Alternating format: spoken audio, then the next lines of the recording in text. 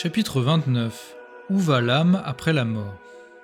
Jésus donne beaucoup d'informations dans l'Évangile sur les réalités de l'au-delà. Après le jugement particulier de l'âme, celle-ci va soit au purgatoire, soit en enfer, soit au paradis. Qu'est-ce que le purgatoire?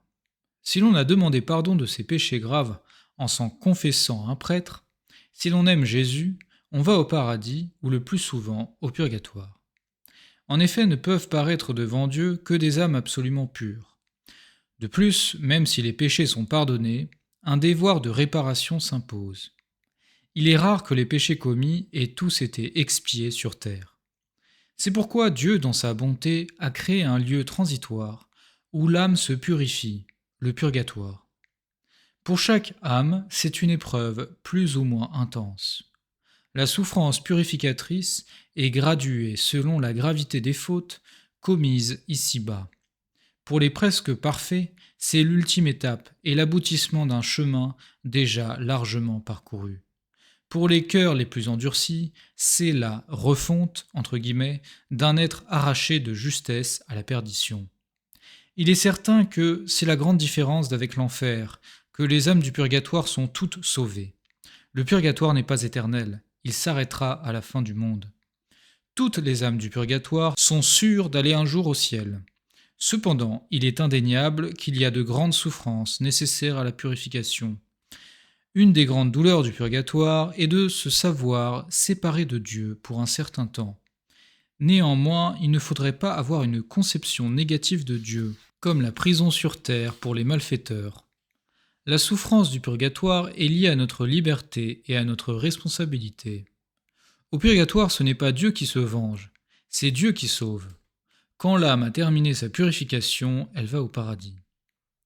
Le purgatoire est-il une invention du Moyen Âge? L'existence du purgatoire est mentionnée dans l'Ancien Testament, dans le 2e livre des Maccabées. Voici ce qu'il dit. Citation. Judas Maccabée, après avoir fait une collecte, envoya 12 000 drachmes d'argent à Jérusalem, afin qu'un sacrifice fût offert pour les péchés des morts, ayant de bonnes et religieuses pensées touchant à la résurrection. Et il considérait qu'une grande miséricorde était réservée à ceux qui étaient morts avec piété. C'est donc une sainte et salutaire pensée de prier pour les morts, afin qu'ils soient délivrés de leurs péchés. Chapitre 12, 43-46. Le purgatoire ne date donc pas du Moyen Âge, mais déjà à l'époque des Maccabées, en 163 avant Jésus-Christ.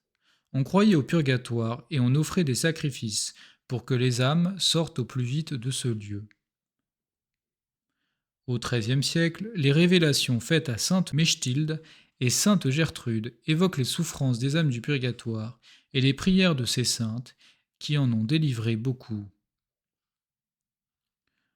Je fais un commentaire.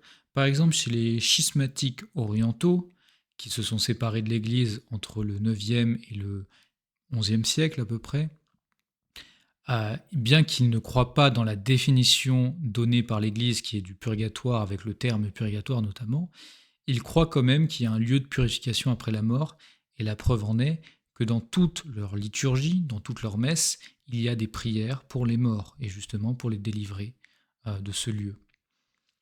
Et donc ça, c'est une tradition, on est certain qu'elle date du premier millénaire.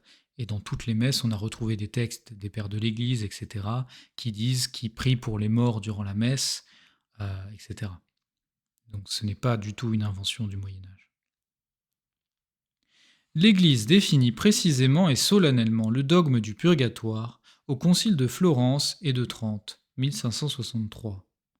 Le Concile de Trente a pris soin de définir que le purgatoire existe et que les âmes détenues sont secourues par les suffrages des fidèles et tout particulièrement par le sacrifice de la messe, si agréable à Dieu. Est-ce que cela veut dire que le dogme, parce qu'il a été promulgué solennellement en 1563, a été inventé en 1563? Non, bien sûr. La promulgation d'un dogme n'équivaut pas à inventer un nouvel article de la foi. Aucun dogme n'a jamais rien inventé. La révélation, c'est-à-dire l'ensemble des vérités surnaturelles proposées à notre foi, est close à la mort du dernier apôtre, Saint Jean. Tous les dogmes, qui sont des explicitations de vérités surnaturelles, sont contenus dans cette révélation. L'Église peut sentir le besoin d'expliciter un dogme quand des vérités de la révélation sont attaquées. Pour le purgatoire, les premiers qui ont remis en cause cette vérité toujours crue dans l'Église sont les protestants au XVIe siècle. C'est pourquoi l'Église, au XVIe siècle, a tenu à faire une mise au point dogmatique. Peut-on soulager les âmes qui sont dans le purgatoire? Le temps de la liberté, donc du mérite lié au bon choix, est celui de la terre. Les âmes au purgatoire ne peuvent plus rien pour elles-mêmes. Passives, elles attendent que leur peine soit achevée. Cependant, nous pouvons soulager les âmes du purgatoire par nos prières, en offrant nos bonnes actions pour elles. Comme on peut payer la dette d'un ami, comme une mère répare ce que son enfant a cassé, et lui évite une part de la colère de son père. Ainsi, très exactement, nous pouvons offrir nos actions méritantes pour nos amis vivants ou morts. C'est ce que les catholiques manifestent le jour de la fête des défunts, le 2 novembre, en visitant les cimetières. Au-delà du souvenir affectif, les croyants se recueillent sur la tombe du défunt et prient pour qu'il soit délivré au plus vite du purgatoire et aille au paradis. Je fais une parenthèse. Durant la semaine des morts qui a justement eu lieu en novembre, l'Église donne une indulgence très spéciale, une indulgence plénière, chaque jour si on visite un cimetière et qu'on fait une prière pour les morts, et évidemment si on est en état de grâce, qu'on s'est confessé et qu'on a communié durant cette semaine-là. Donc vous imaginez, durant cette semaine, chaque jour, vous pouvez délivrer une âme du purgatoire. C'est quand même énorme, et vous pouvez faire ça chaque année. Donc imaginez, le jour où vous arrivez au purgatoire, si vous avez fait ça, je ne sais pas, pendant par exemple 20 ans, 30 ans, vous aurez au moins une bonne centaine, même plus, plus de 200 âmes au ciel qui prieront pour vous. C'est une grâce énorme. Et justement, les indulgences, c'est par rapport à ça, mais peut-être que l'auteur en parlera plus tard. Je ferme la parenthèse. Si le défunt est déjà au paradis, ou s'il est définitivement en enfer, la prière n'est pas perdue et profitera à une autre âme du purgatoire. L'âme du purgatoire sera très reconnaissante d'avoir été soulagée et nous procurera de grandes aides. À son tour, elle priera pour nous. Une âme du purgatoire, si elle ne peut rien pour elle-même, est très efficace quand elle prie pour nous. Pour soulager les âmes dans le purgatoire, le meilleur moyen est de faire dire des messes pour elles. L'enfer existe-t-il vraiment?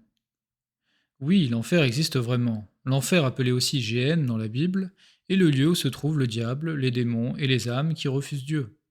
Les satanistes d'ailleurs, avec leur fête de l'enfer, Hellfest, y croient. Faut-il parler de l'enfer? Il n'y a qu'à ouvrir l'Évangile pour se rendre compte que ce sujet est fréquemment abordé par Jésus. Allez-vous-en loin de moi, maudits, dans le feu éternel préparé pour le démon et ses anges. Saint Matthieu chapitre 25. Mieux vaut pour toi entrer mutilé dans la vie que d'aller avec les deux mains dans la géhenne, dans le feu inextinguible, là où le ver ne meurt point et où le feu ne s'éteint point. Saint Marc chapitre 9. Ne craignez pas ceux qui tuent le corps et ne peuvent tuer l'âme, craignez plutôt celui qui peut perdre l'âme et le corps dans la géhenne. Saint Matthieu chapitre 10. Il y a de nombreuses autres citations. Dans ses lettres, saint Paul ne dit pas autre chose. Ne savez-vous pas que les injustes ne posséderont pas le royaume de Dieu?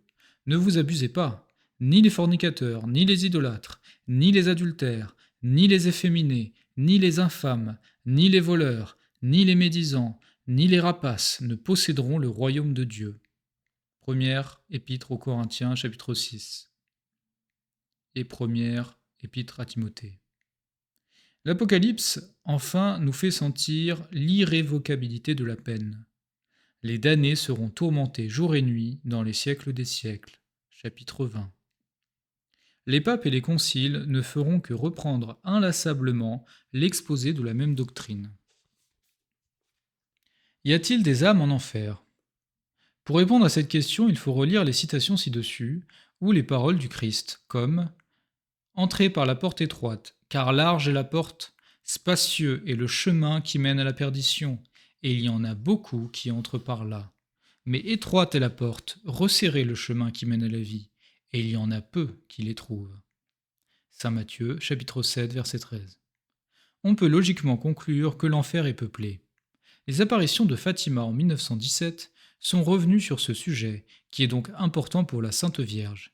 Un des points majeurs de l'enseignement de la Vierge à Fatima est la prière pour les pécheurs qui vont en enfer en grand nombre, parce qu'il n'y a personne qui prie pour eux. Laissons la parole à sœur Lucie, qui a eu l'apparition. Citation. En disant ces paroles, sacrifiez-vous pour les pécheurs et dites souvent, spécialement lorsque vous faites des sacrifices.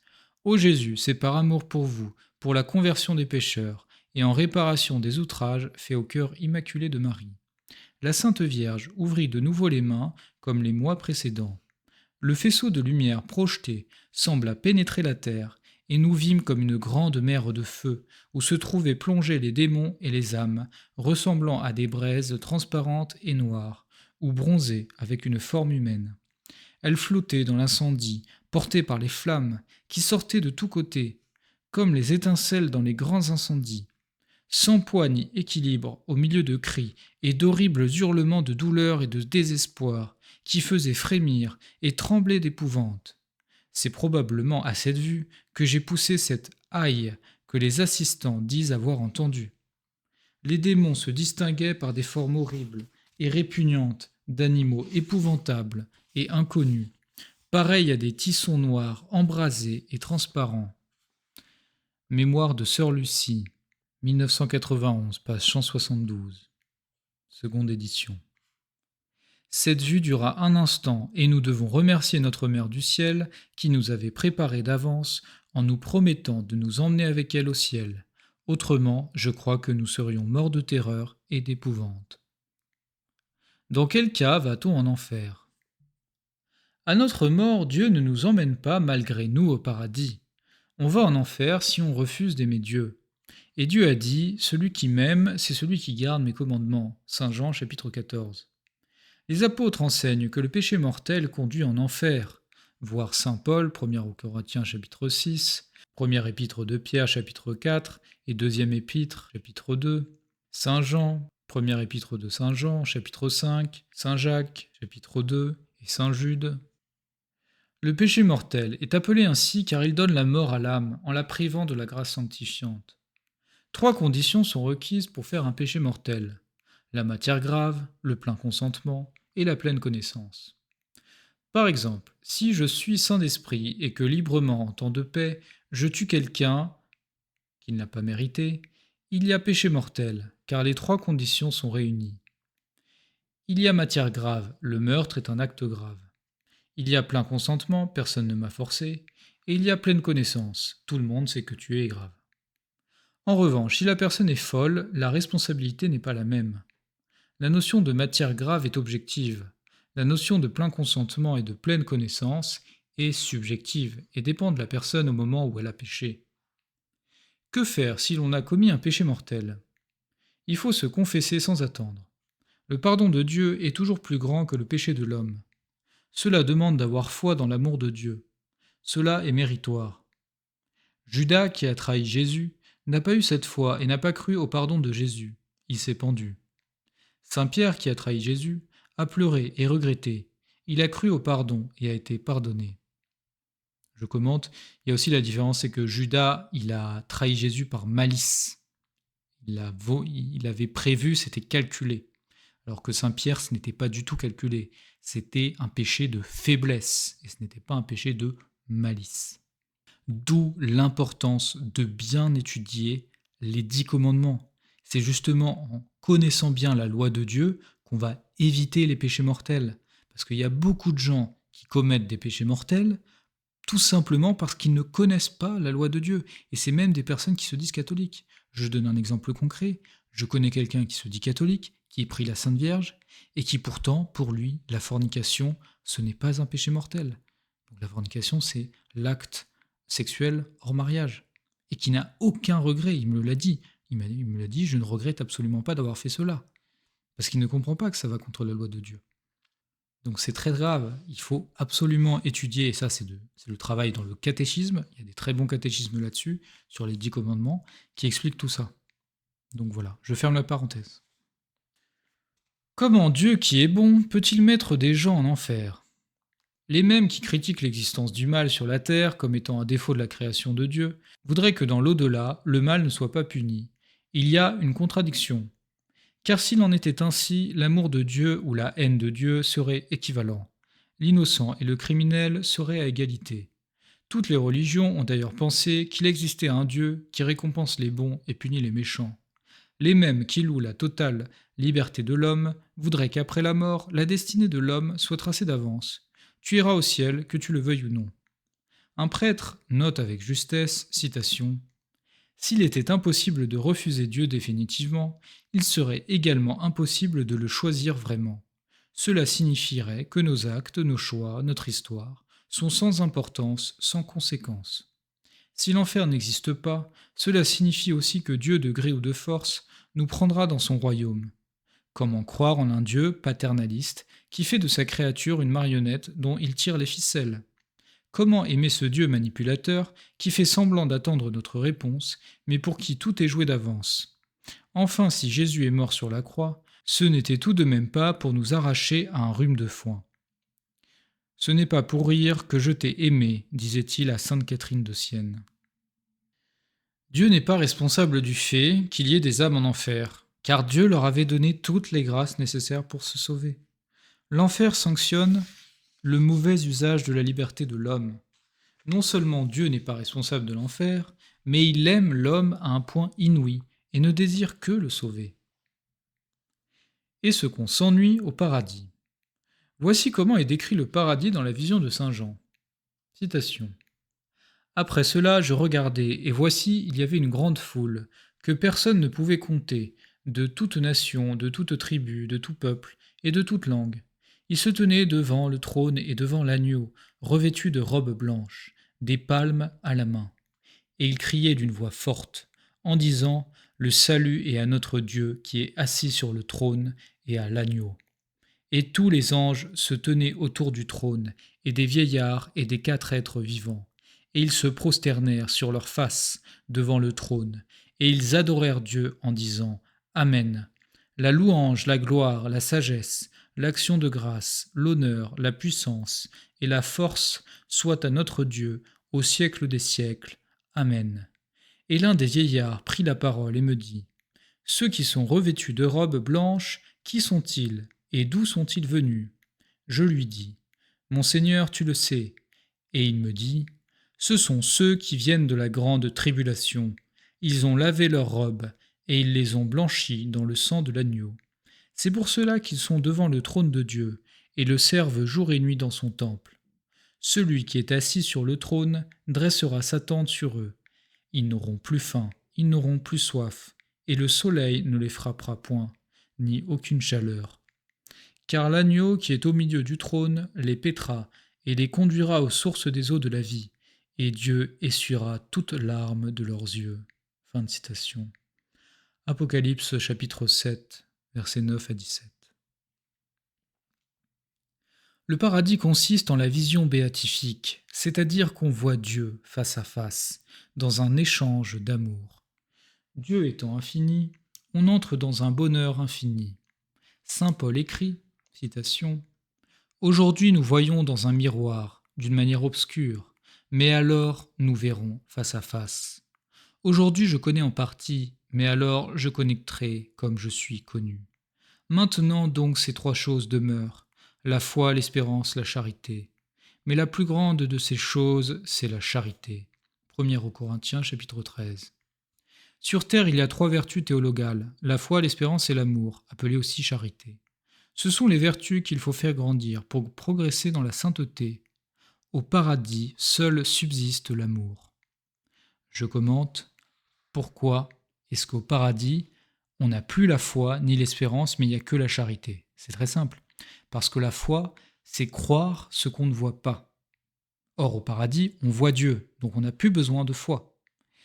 L'espérance, c'est espérer que Dieu nous sauvera si on suit ce qu'il dit. Or, au paradis, on est déjà sauvé, donc il n'y a plus d'espérance, c'est logique. Mais la charité, c'est aimer Dieu, et on peut déjà aimer Dieu sur la terre. Et au paradis, la charité subsiste de manière absolument parfaite, infinie, et pour l'éternité.